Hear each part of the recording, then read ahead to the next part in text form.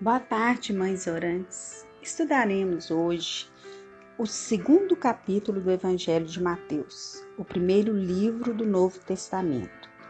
Embora o Evangelho de Mateus tenha sido escrito por volta do ano 60 depois de Cristo, e o Evangelho de Marcos seja o mais antigo, escrito por volta dos anos 30, 40 depois de Cristo, o Evangelho de Mateus foi colocado nessa ordem por ser o mais didático dos evangelhos.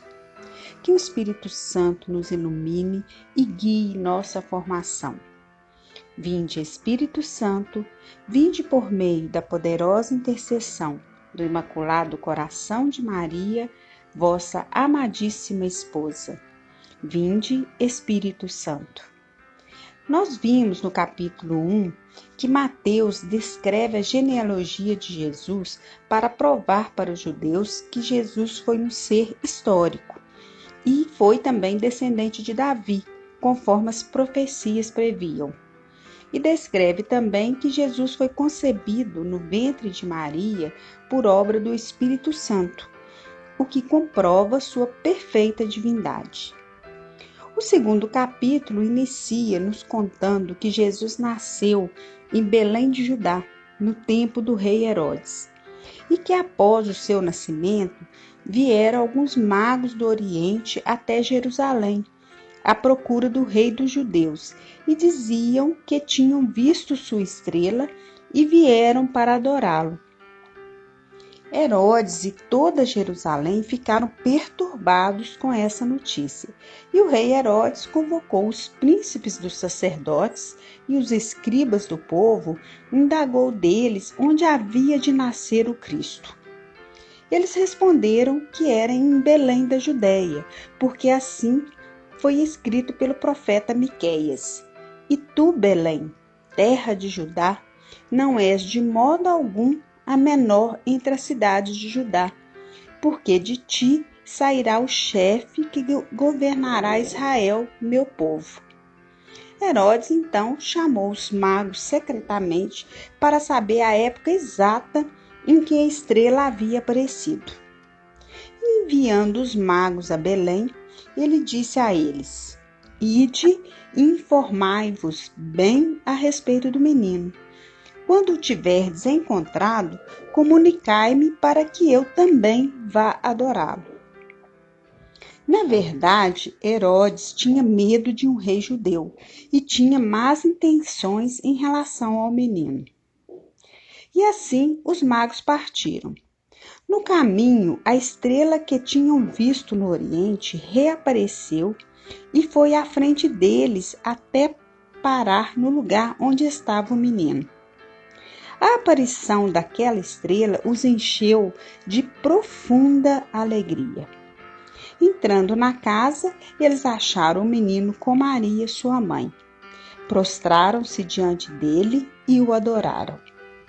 Vejam que lindo, não é, mães? A história dos magos, que na realidade eram sábios ou astrônomos, nos mostra pessoas distantes, de longe, que foram atrás daquilo que a estrela representa, a luz da consciência.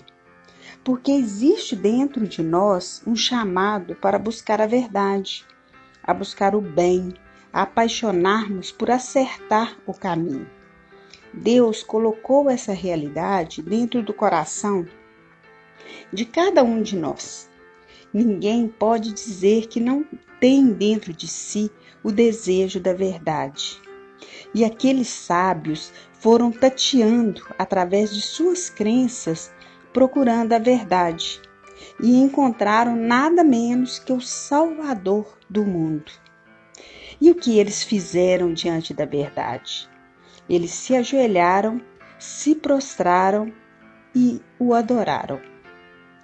E nós, mães, como temos atendido ao desejo do nosso coração pela verdade? Nós temos tentado ser a estrela que mostra o caminho da verdade para outras pessoas? E diante da verdade, nós temos nos ajoelhado como os sábios do Oriente fizeram? Temos entregado nossas vidas e nossas preocupações? E o texto continua dizendo que após o adorar, os magos abriram seus cofres e ofereceram presentes ao menino Jesus: ouro, incenso e mirra. Os magos foram avisados em sonho para não voltarem a Herodes e assim voltaram para sua terra por outro caminho. Existe algo de muito simbólico e bonito nos presentes entregues ao menino. Na verdade, estão entregando a si mesmos. Esses presentes, o ouro, o incenso e a mirra, representam o amor, os sonhos, as aspirações, os projetos e também toda a miséria, toda a fragilidade e fraquezas humanas. Às vezes, mães, nós queremos oferecer a Deus somente as coisas boas, o melhor de nós, mas esquecemos de oferecer aquilo que somos na totalidade. Nós somos amor, aspirações, emoções, mas também somos nossos pecados, nossas doenças, fragilidades e incoerência. Por isso, eles se prostraram diante da divindade e da humanidade de Deus, oferecendo a humanidade de cada um deles. E nós hoje somos chamadas a fazer a mesma coisa, que é nos oferecermos inteiramente a Deus naquilo que nós somos, sem reservas e sem máscaras. E a partir do versículo 13, Mateus nos conta que após a partida dos magos, um anjo do Senhor apareceu em sonho a José e disse a ele: levanta-te, toma o menino e sua mãe e foge para o Egito. Fica lá até que eu te avise, porque Herodes vai procurar o menino para o matar. José levantou-se durante a noite, tomou o menino e sua mãe e partiu para o Egito. E lá permaneceu até a morte de Herodes, para que se cumprisse o que o Senhor dissera pelo profeta Oséias: do Egito chamei meu filho. Estamos vendo, mães, como José era temente a Deus e guardião das coisas divinas. Por ser justo e obediente, mais uma vez, o anjo do Senhor o avisa em sonho e ele consegue livrar o menino das mãos de Herodes. José é o guardião da Sagrada Família e nós podemos pedir e deixar que ele seja também guardião da nossa própria família.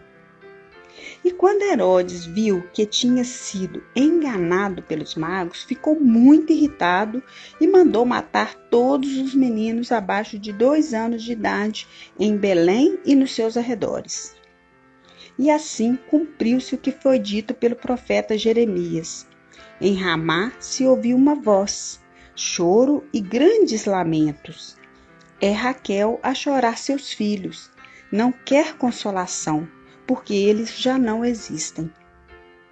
Após a morte de Herodes, o anjo do Senhor apareceu em sonho a José no Egito e disse a ele: levanta-te, toma o menino e sua mãe e retorna à terra de Israel, porque morreram os que atentavam contra a vida do menino. José levantou-se, tomou o menino e sua mãe e voltou para a terra de Israel.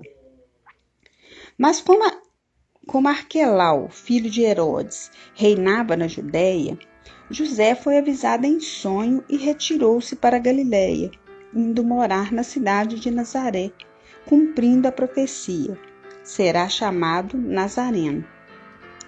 E assim, mães, terminamos o 2º capítulo do Evangelho de Mateus. Com essa palavra no coração, façamos como José ao obedecer a Deus.